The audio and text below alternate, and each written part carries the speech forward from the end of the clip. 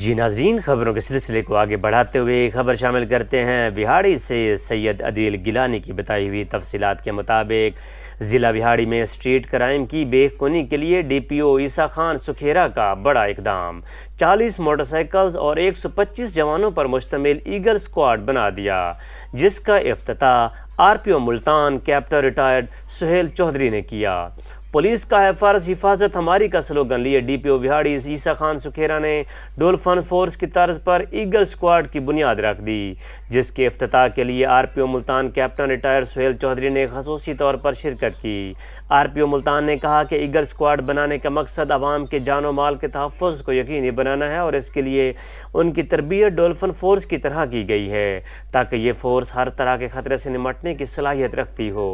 انہوں نے کہا کہ یہ اسکواڈ 40 موٹر سائیکلز اور 125 جوانوں پر مشتمل ہے، اور انہیں پورے ضلع کے تھانوں میں تعینات کیا جائے گا، اور اس کے ساتھ ساتھ ان کی باقاعدہ مانیٹرنگ بھی کی جائے گی۔ ایگل اسکواڈ کی افتتاحی تقریب میں ڈی پی او عیسیٰ خان نے اسکواڈ کی خود کمان کی، جبکہ نوجوانوں نے ڈکیتی، اغوا اور دیگر سنگین وارداتوں میں ملزمان سے نمٹنے کا عملی مظاہرہ بھی کیا۔ اس موقع پر ضلع بھر کی سول سوسائٹی، تاجران، وکلاء، امن کمیٹی کے ممبران اور صحافیوں کی کثیر تعداد نے شرکت کی۔